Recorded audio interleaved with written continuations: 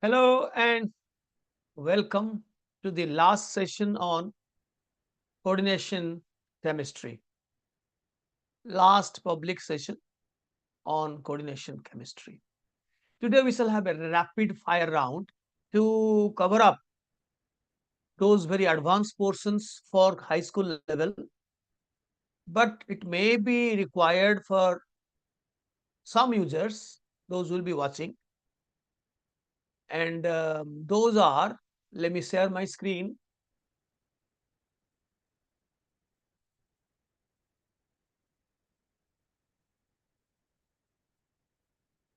Those are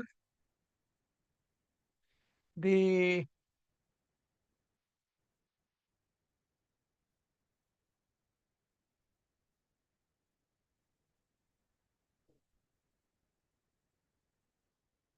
Jahn-Teller,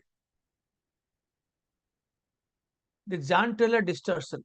Actually, when we studied about octahedral leading to distorted octahedral, where the EG set further splits, where the dx square minus y square goes above dz square and dyz dzx comes below dxy. And then we said that the extreme case of distortion is to remove the transligands so that the dz square will fall below dxy. And this del O between del x dxy and dx square minus y square is really very large. So why this distortion happens? In which deconfiguration distortion happens most strongly? A reason behind it has all come from the group theory, the symmetry properties and group theory character table point groups. So which the details of which is taught to higher level students in MSc. But the gist we shall be covering up here to finally understand that octahedral D9 is the most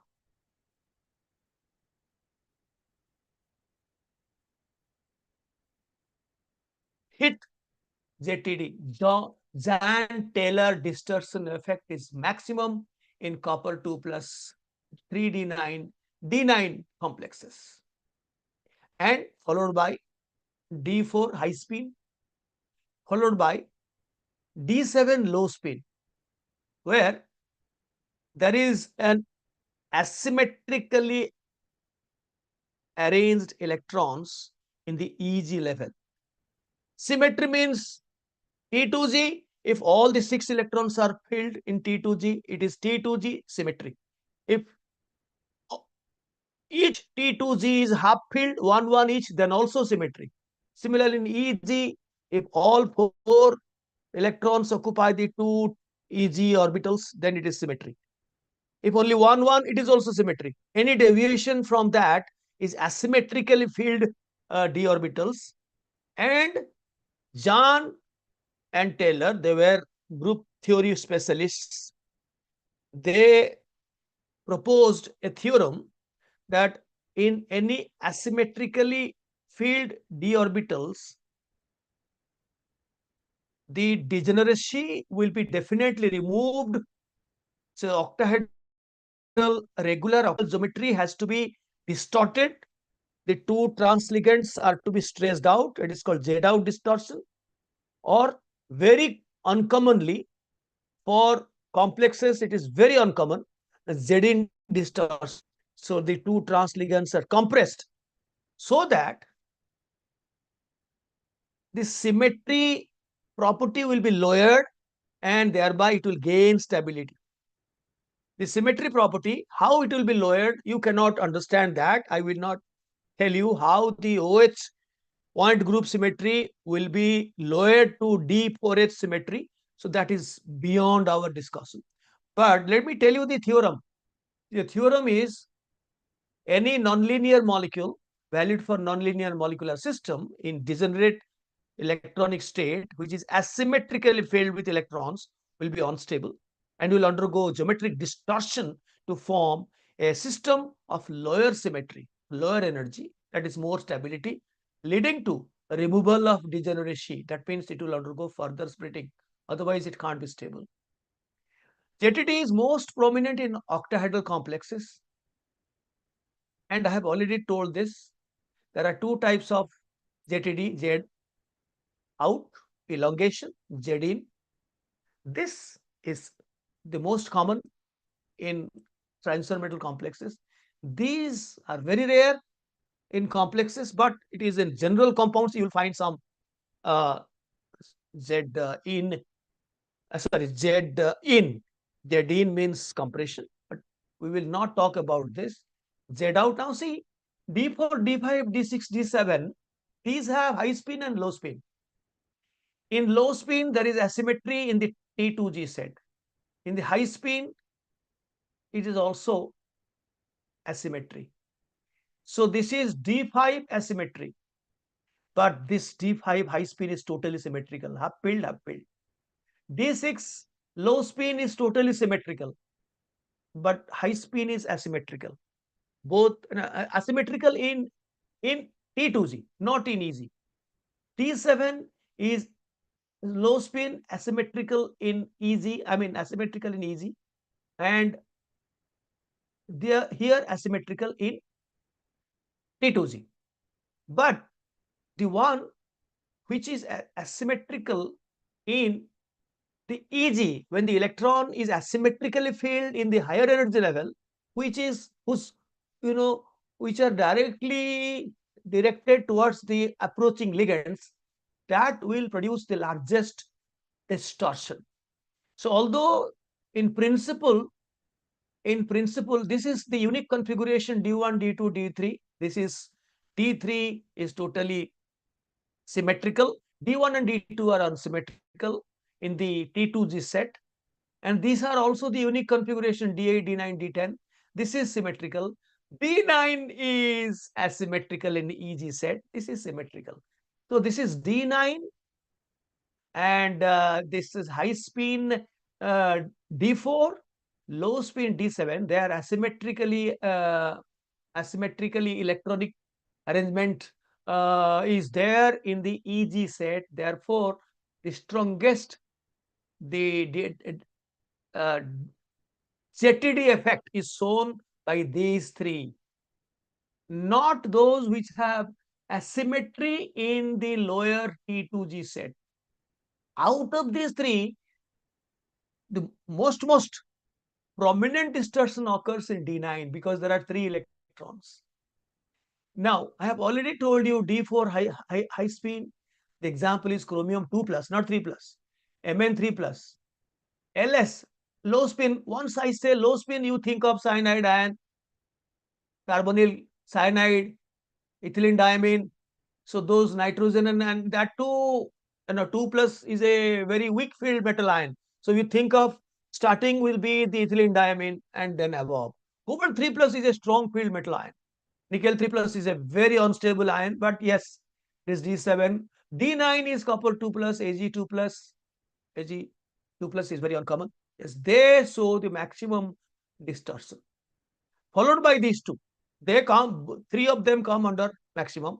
And minimum or no, almost no in other cases that we have listed. Here I have written down D1, D2, high and low spin D4, low spin D5, high spin D6, low and high spin D7, D9.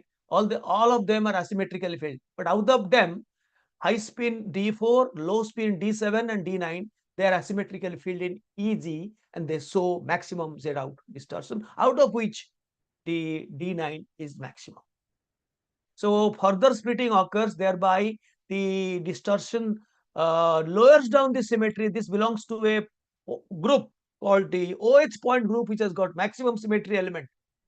But here the number of symmetry elements get lowered, so the symmetry property lowers, that enhances the stability.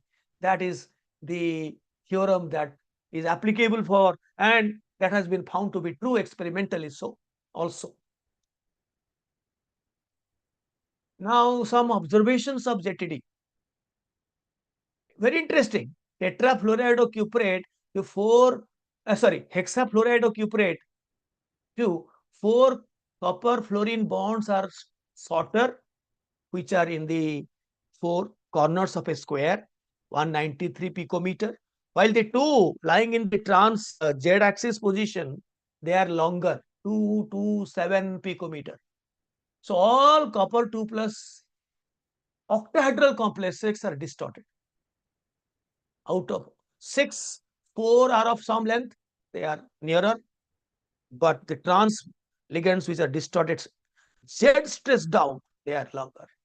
Copper 2 plus cannot form trisethylene diamine, because for that ethylene diamine has to take the axial position.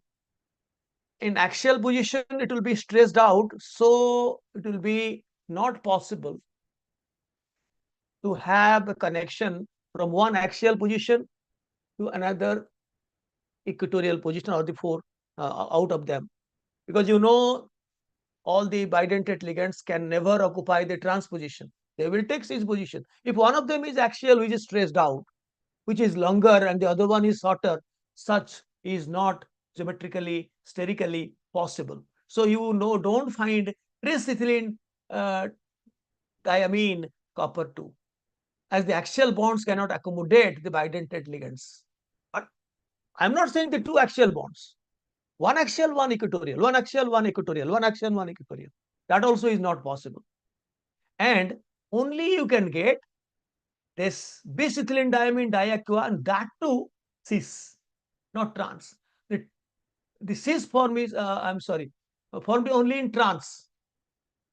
Trans means the 2 monodentate ligands to remain on the opposite side, and ethylene diamine, the 2 ethylene diamine will remain also on the equatorial side, having lower length. So they not be a part of a longer length and shorter length. So only trans is stable. The cis, if water will remain close together, then the 2 ethylene diamine one of them of each ethylene diamine has to occupy axial position, which is sterically not possible. Similarly, in chromium, which is a D4 high spin complex, aqua is a very weak field ligand, and therefore chromium 2 plus is also weak field metal ion. This is high spin complex D4 that also shows ZTD. And this hexamine cobalt 2 plus, you'll also find 4 amine ligands are of one length and 2 amine ligands of the longer value. Once you do not know that it is D7 and it is amine ligand, is definitely a strong field ligand. Cobalt 2 plus is not such a bad metal ion, although it is very close to manganese 2 plus. But with amine, it forms a LS complex. I'm not talking of manganese. Manganese, had it been manganese, then it would have formed HS complex. So these two, they find, the 4 lengths are of one shorter and the 2 are longer, because they suffer from crowd distortion called Jahn-Teller distortion. Due to splitting of EG set in distorted OH geometry, the UV visible spectrum of all this splits into a doublet. Because longer bonds, they absorb at a different, because they are of less bond energy, and the stronger bonds are of different. So even if the ligands are same, but they have different absorption, slightly different. So a single peak splits into a doublet. That is an experimental proof that distortion is happening. And also ZTD increases del O because of going up and going. So this dx square minus square going up is going down. So the del O increases. And another interesting thing, that hexaqua chromium 2 plus is D4HS complex undergoes substitution of at least 2 aqua ligands easily, because the 2 which are distorted, they can be easily substituted, which other complexes having non-D4 and non-HS complexes do not. Why this? becomes so labile complex because of distortion. Similarly, the D7 hexamine cobalt 2 plus D7 complex can undergo substitution by water. Amine ligand will be substituted by water. Can you believe it? Because at least two amine ligands, two, because those which are a little stressed out, they are weaker, they can be easily substituted. AU3 plus is D9, AU2 plus is sorry, AU2 plus is D9, but that is extremely unstable because of high del O value.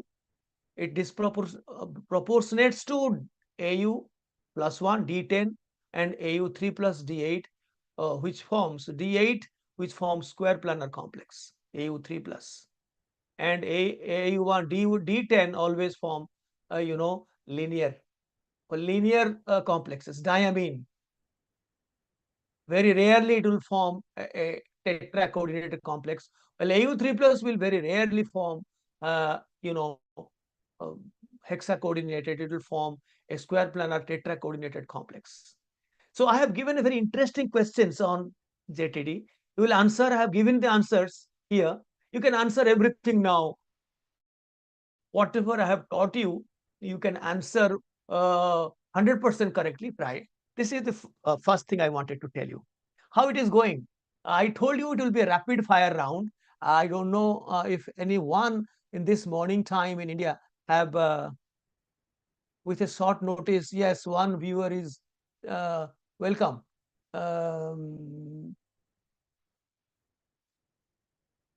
Now, you understood? Raise your hands. How many of you could understood what I said, ZTD?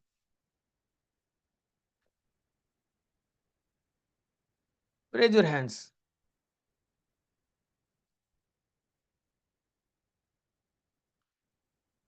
Yeah, obviously. You know, only those which are asymmetrically filled electrons in the EG level, they show profound tetrahedral. The orbitals are not directed towards the approaching ligands. Therefore, they do not show JTD. Only octahedral, and that too, these three cases. D4, of course, theoretically D1, D2. I have given many interesting MCQs. You will do that. Then we go for uh, ligand field theory. Ligand field theory is an improvement over crystal field theory. It is very in a simple way. These are taught to higher level students, but you can know that it is an advancement over the crystal field theory, which makes use of molecular orbital treatment theory and explains all types of bonding interactions, sigma and pi, which was not there in CFT. CFT only talks about the ionic interaction, and that too repulsion between ligands and metal ion without sacrificing the advantage of CFT. That is the T2G, EG, and EG, T2G, T2G, EG, this gap that is required to explain the color properties, the other properties, spectral properties. So also, not only the color and magnetic properties of complexes can be explained like CFT, the cause of the relative strengths of ligands in spectrochemical series can be explained. Why? Those ligands which are sigma donors, like the negative ions, chloride, bromide, iodide, sulfide, oxide, these are low field category. And those having pi bonds, double bond, triple bond, like cyanide, carbonyl, these are strong field ligands. And those these are called pi acceptor ligands, they are strong field ligands. The pi donor ligands are weak field ligands, and those which do not form any pi bond, they form only sigma bonds, they are intermediate field strengths. They are neutral molecules like water, ammonia, alcohol. These are neutral molecules. So, and among the halide ions, why iodide ion is the weakest? Fluoride ion among the weak category, why fluoride ion is among them is relatively stronger. They can all be explained by this LFT called ligand field theory, which mixes MOT, MOT in with the concept of CFT. Now see, we will discuss only octahedral complexes. I have given in my note also how tetrahedral, complexes can also be explained by uh, LFT. Now this is very simple, let me explain to you what happens. It's very simple. I have made it simple. Now this is the these are the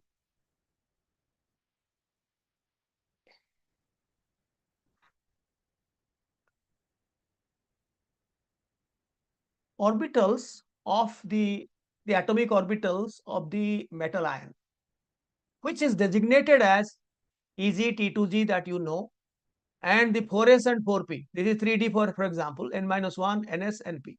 So this is designated as 1g. This is T1u.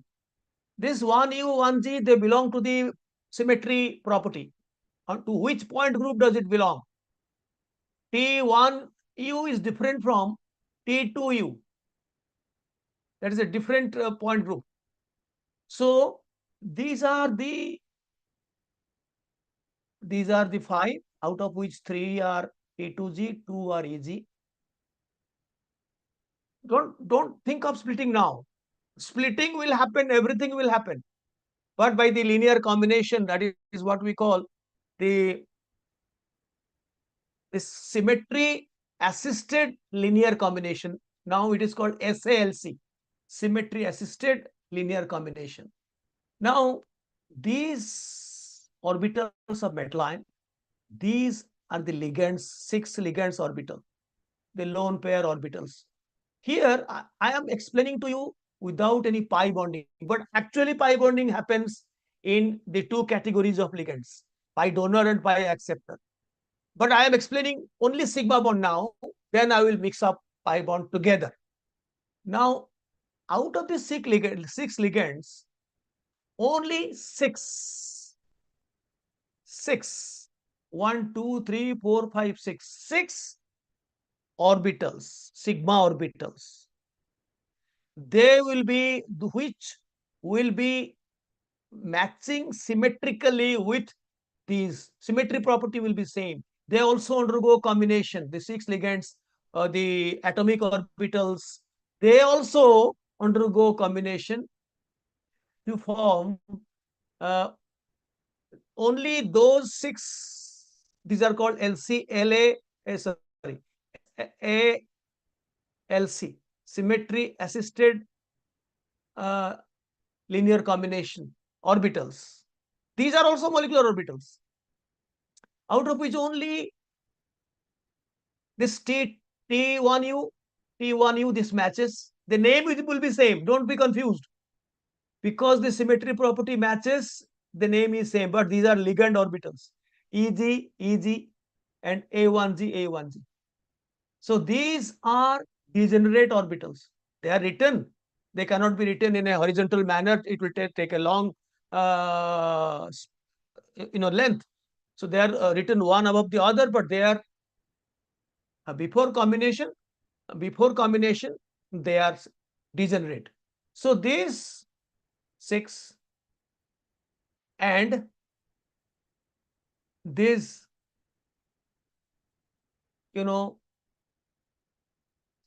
forget about this 6, this 516, this will remain as such. This, you forget about this now.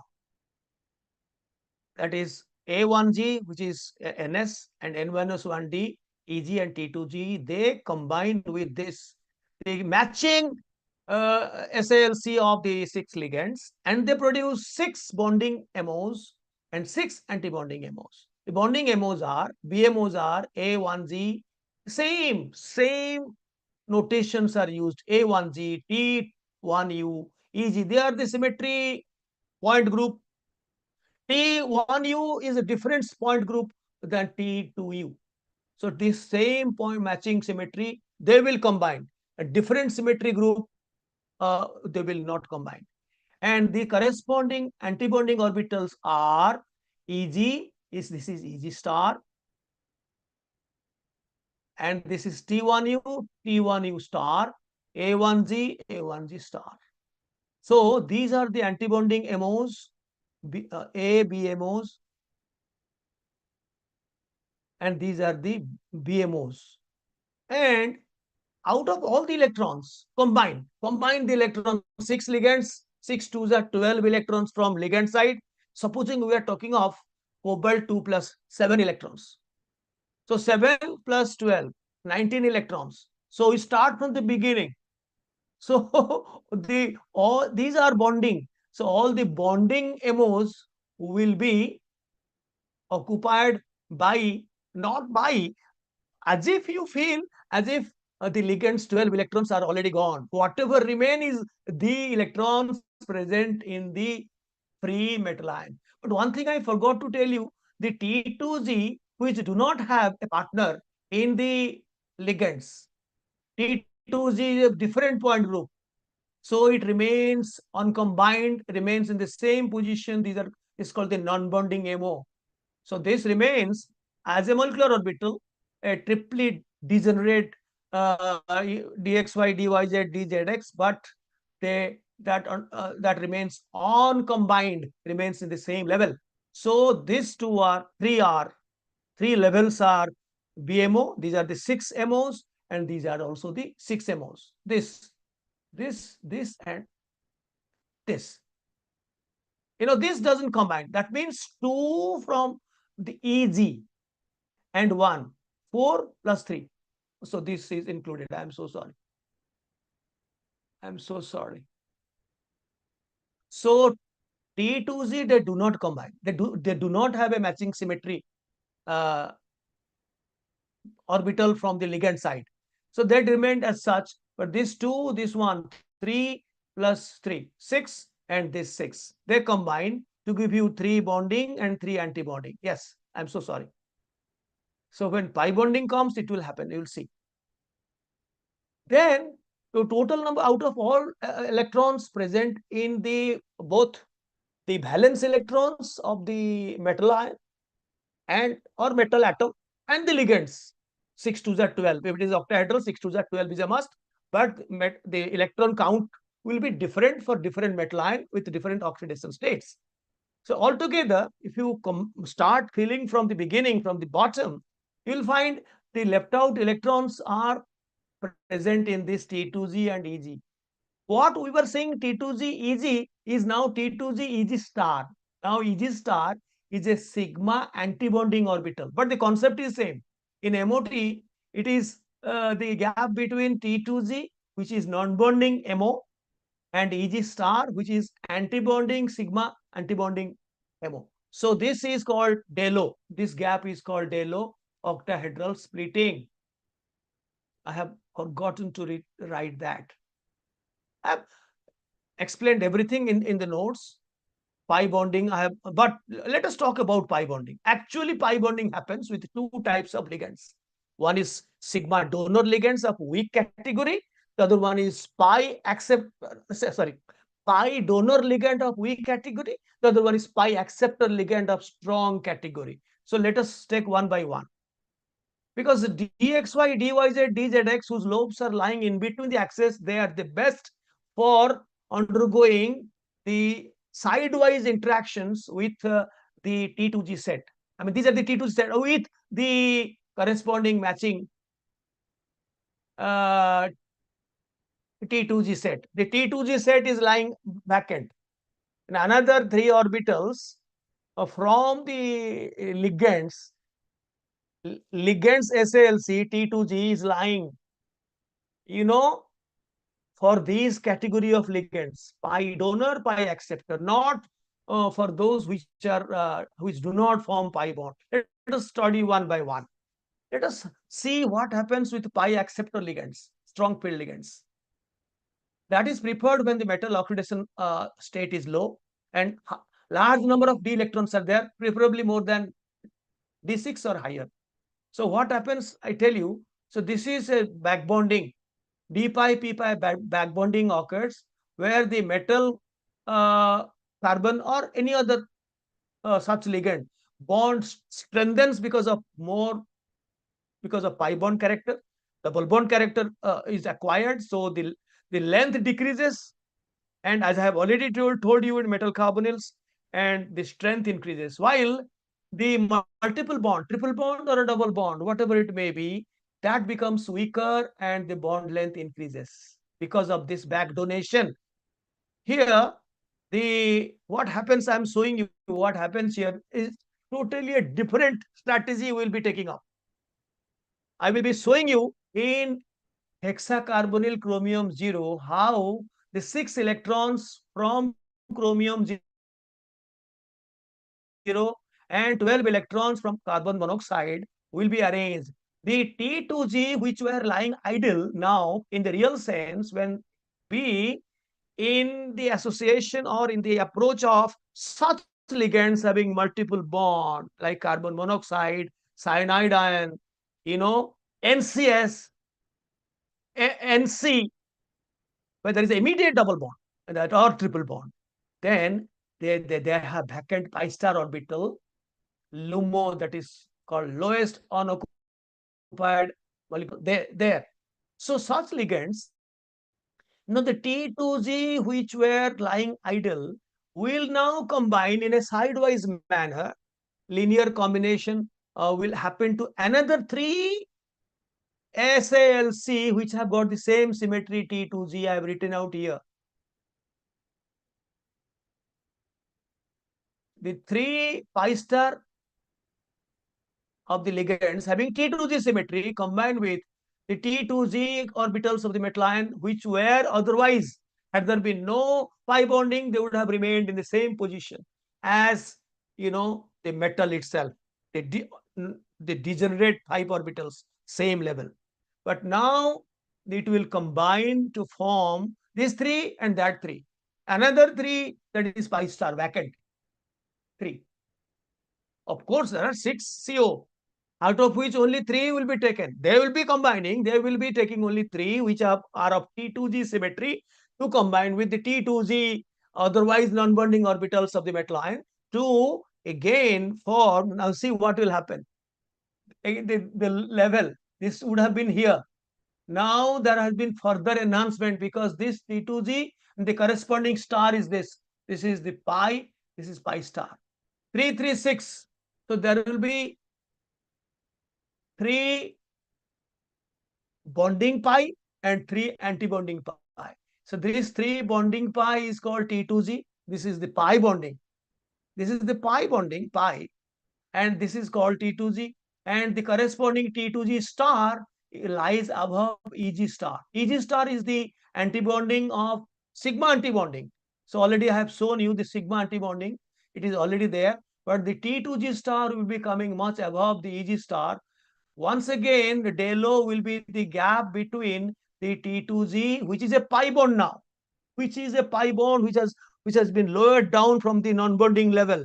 So gap increases. Therefore, such ligands having multiple bond, which are pi acceptor having vacant antibonding orbital, they will provide 3 T2G category of orbitals to combine with these otherwise lying idle non-bonding orbitals to form the corresponding pi bonding 3 and pi antibonding 3. So when you 6 plus 12, 18 electrons. So first 12 12 electrons will be occupied in this, as if you have exhausted all the ligands. Then the remaining 6 as if they belong to the metal atom chromium 6. So they will remain in the 3 degenerate T2G set. And since carbon monoxide is a strong field ligand, del O is greater than pairing energy. So it will be giving a low spin complex. And this is a diamagnetic complex because all the 6 they will be pairing in the T2G set. As I have shown you, the gap has been increased. But here LFT tells you why there has been a large increase in del O value because of pi bonding, combination of the otherwise the non-bonding T2G with the same symmetry T2G antibonding pi star orbitals of the ligands. they will form 3 bonding pi MO, 3 antibonding pi MO, which lies above EG. But what happens? Let's see pi donor ligands. Very interesting. How many of you are alive? Alive. I'm sorry. Now you are joined by Silk, Sai, and so many. Okay. This is going to be a very interesting discussion, but it is a rapid fire round because, as I have told you, these are not included in your program, in your NCRT program or anything, but you should know. It's my gut feeling is telling that you should know. The pi donor ligands are those which are negative ions, remember, which are negative ions and which have filled p orbitals, no double bond, triple bond, no double bond, triple bond, negative ions. And they will provide the T2G symmetry orbitals free. They combine with this T2G orbitals of the metal ion, just lying idle, but in a different way. In this case, the pi star will remain below EG star.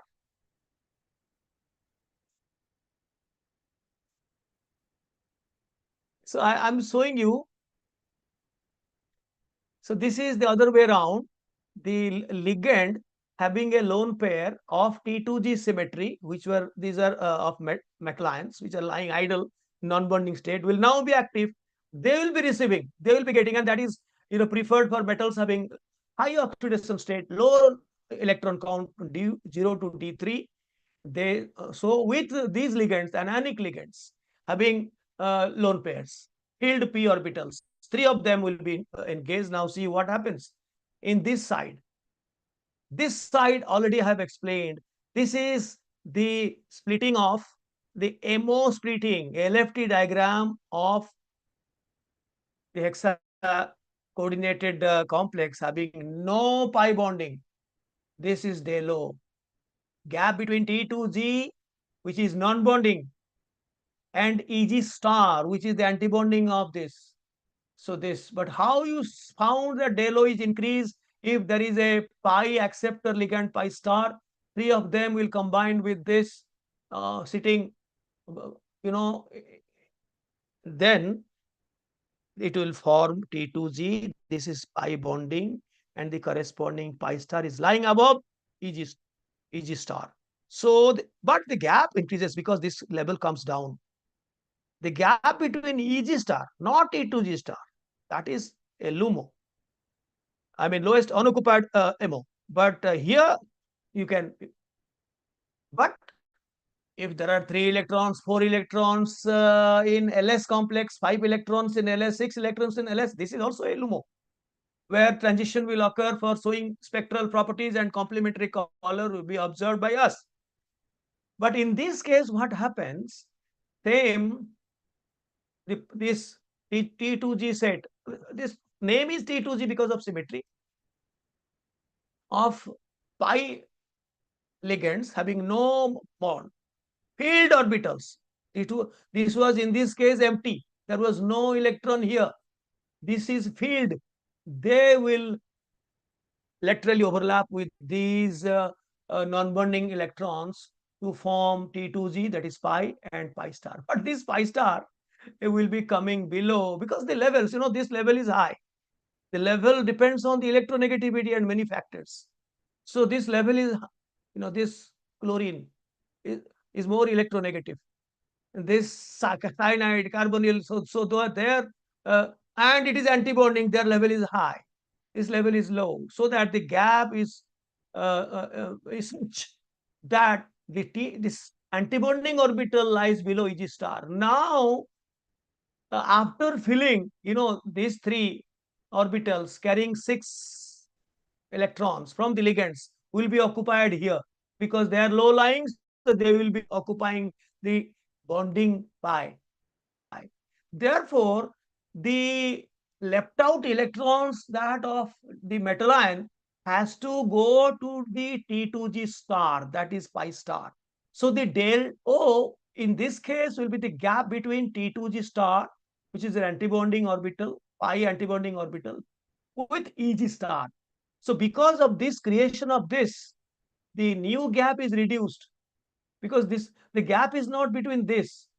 This will be occupied by the ligands, the three ligands which are providing three orbitals. There are six ligands.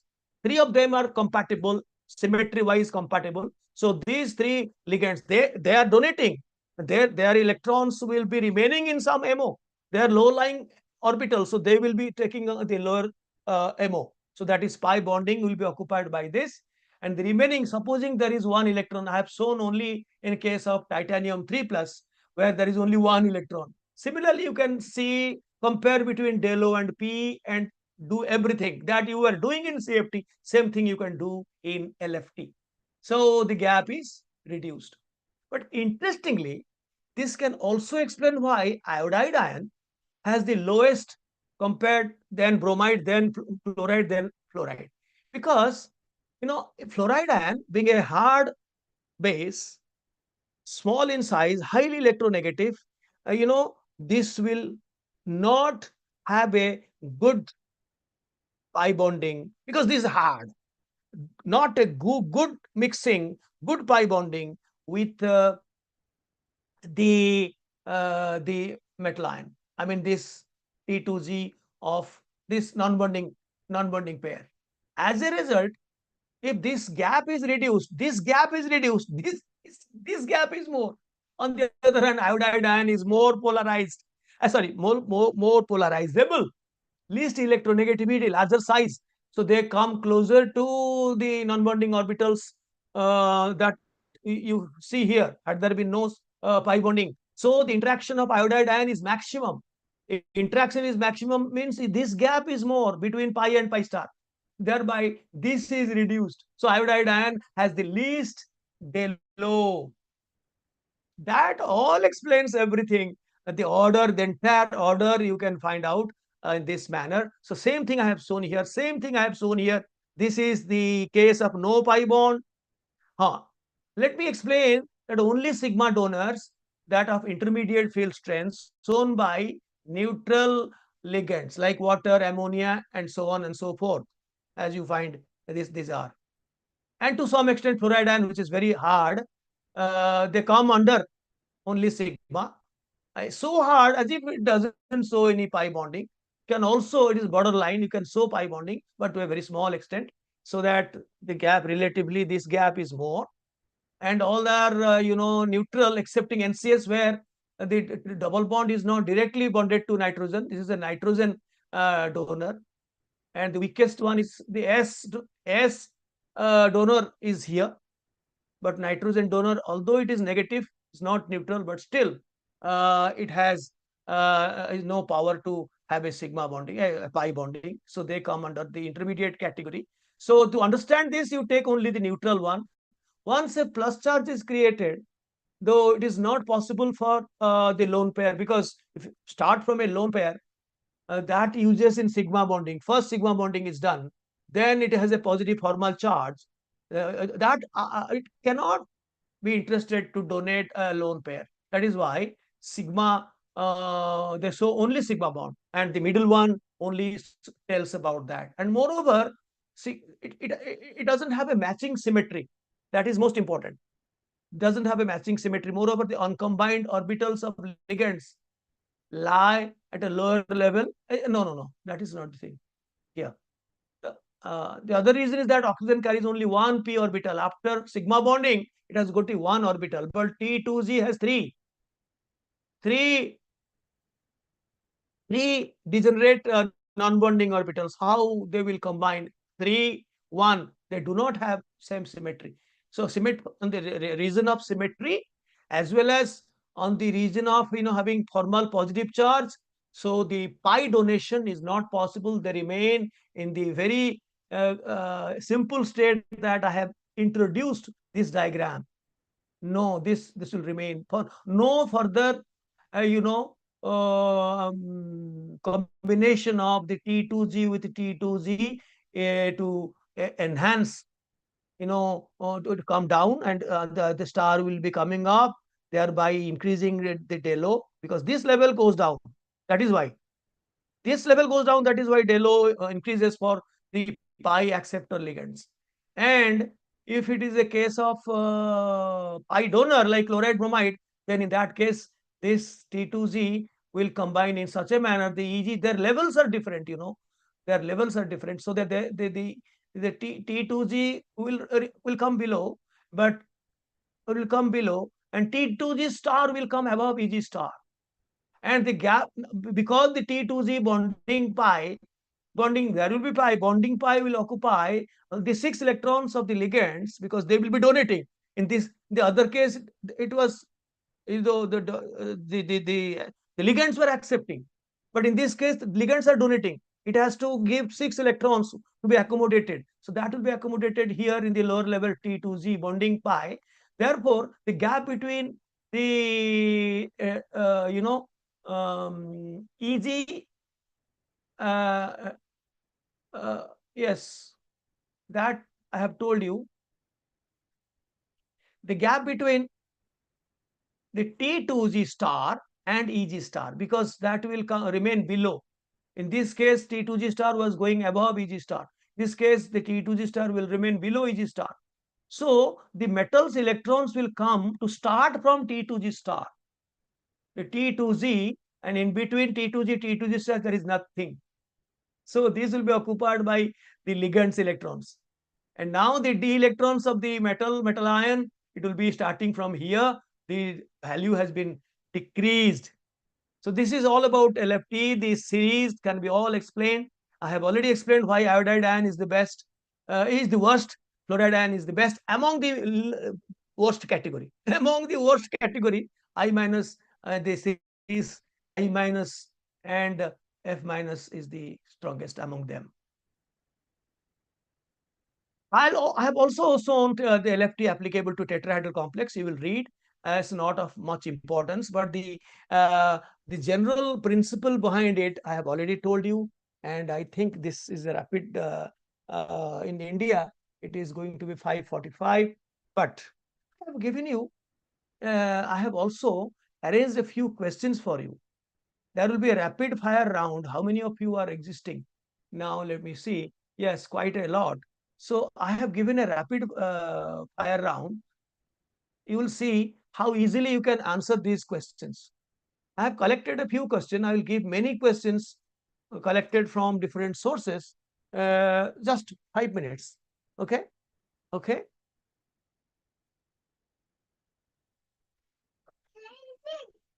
Oh, I am teaching, Today is Diwali, I know, but I have already scheduled the class. So I could not. Big Daddy has come. I'll be reaching. Just okay. I'm sorry, I did not know that today is Diwali. I fixed up the class before, so I had to take it. Sorry. Now see, among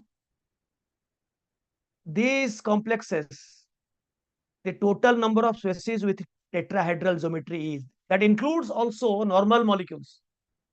This is D9, sorry, D7, sorry, D0. 4 minus D0, I mean, cobalt 0. So that means 9 electrons. D9, I mean, 4s2, 3d7. So there are 9 electrons. And cyanide is a strong field ligand, it's square planar. Either you can think of, the one electron can be sorted to the PZ, DsP2 hybridization, or sp2d, whatever.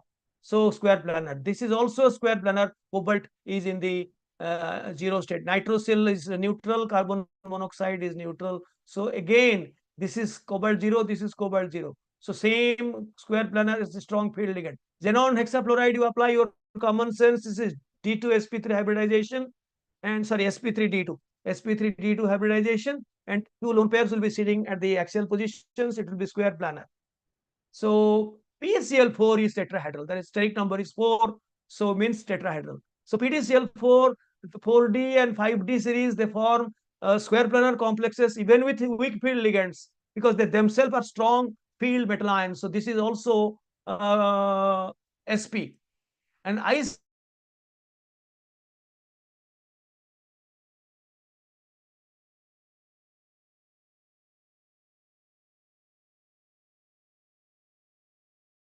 has come. So 4 plus 1, 5 plus 1, 6. 6 out of which, same sp3d2, and there will be two lone pairs sitting. This is also square planar. And this copper is copper 1, D10. So this has to be tetrahedral. D10 cannot have any scope for DsP2. So this is one tetrahedral. P4, we have not studied the P block. P4 is tetrahedral in shape, and this is tetrahedral 2, and what else? What else? This is tetrahedral. The answer is 3. All are square planar. You can similarly. I have given you many interesting examples. So you try at home. Answers I have given, but don't look to the answer. You have to spend time to solve this. If you cannot, you revise and solve. Don't look, because everything we have discussed. So this finishes our program. The only thing that we had left is the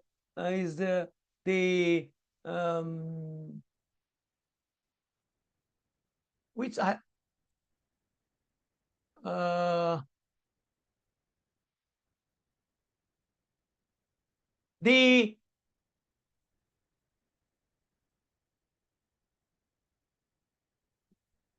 the stability of complexes. Oh, sorry. Yeah, I remember. I'll just rapid fire round, so I'll be happy that metal carbonyls, the haptic. So that was very. Just a minute, baby. Oh, I'm sorry. You are a big girl. I'm so sorry. I'm just now the haptic bonds. Most important is XII salt. I have introduced, if more than one atom together they are linked to the metal ion, they are called haptic ligands. Bihaptic, eta2, pentahaptic, cyclopentadienide ion is pentahaptic. Sometimes it is monohaptic. So this XII salt is a complex of ethylene, two carbon atoms, so eta2 ethylene and 3 chlorine is a square planar geometry.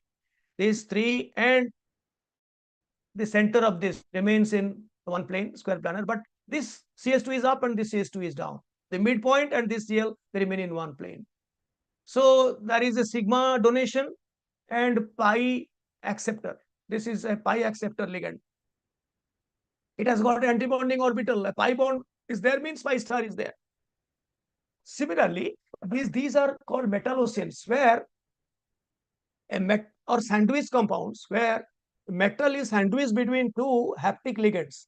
The commonest example that is asked in the examination is ferrocene, which is this eta5 cyclopentadienyl or cyclopentadienide, dianido, iron 2. Each C5H5 is -1. Iron is in the +2 state. And all the 5 carbon atoms of this aromatic moiety or structure, they are simultaneously bonded like this.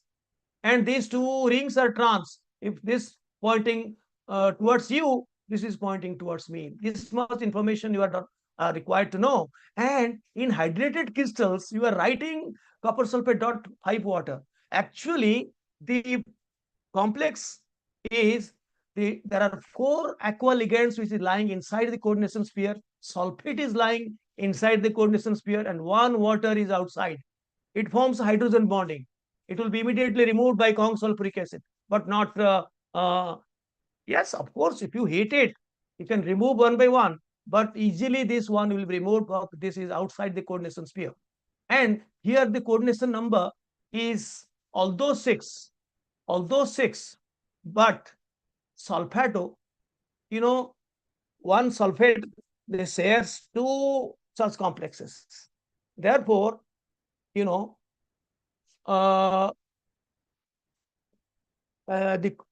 this copper O, one sulfate is above, one sulfate is below. But one sulfate is sharing between 2 complexes. That is why I am writing one sulfate. But if you look to the entire structure, you will find one sulfate is above with one oxygen, the other one on other oxygen. So it is acting as if it is a flexidentate ligand. Of course, for each one, it is shared between 2. So these two, very interestingly, these CO-CO bonds are much longer because copper D9 configuration shows strong ZTD, Jahn-Teller distortion effect. So the water, carbon, oxygen, sorry, copper oxygen bonds in the aqua ligands, they are shorter, but the other two CO bonds, they belong to sulfate. CO bonds are very, very long. So the sulfate can be removed easily. And last but not the least is a 4 aqua ligand. So remember the structure. Distorted octahedral, the two sulfur atoms they lie. I have shown you this oxygen from sulfate, they are stressed out. This water, four waters, they are in the normal position, but the other oxygen and the trans positions in the z-axis, they are stressed out. So this water molecule, which is hydrogen bonded, and this sulfate, one sulfate is sharing between two, one here, the other one in the upper part not shown. So one is counted for each, one sulfate is counted, not two. Similarly, ferrous sulfate dot 7 water, green vitriol is actually aqua iron sulfate dot water. One water is outside. So this is all about our program. So every year I am enhancing the contents. Even if my age is being enhanced every day, every second, but every session, every year, I am enhancing the contents. And I find guys like Amran, Chris, even if they do not, might not require this, they might also, they are interested to learn. Bye-bye. So this is the end of our program, but I will give you so many workout questions. Take your time, solve, and ask your doubts. Krishna, I have Thank you, sir. to do a lot of things for you. I mean, you have some doubts and also copies some of the questions which you could not attempt, which could not comprehensible to you. I will explain. These things are there. Bye bye. Thank you, Thank sir. you.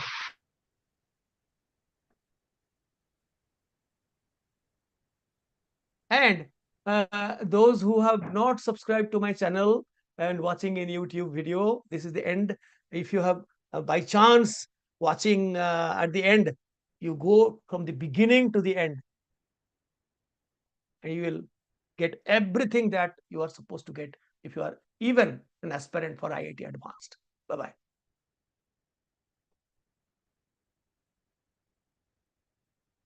Over. Baby.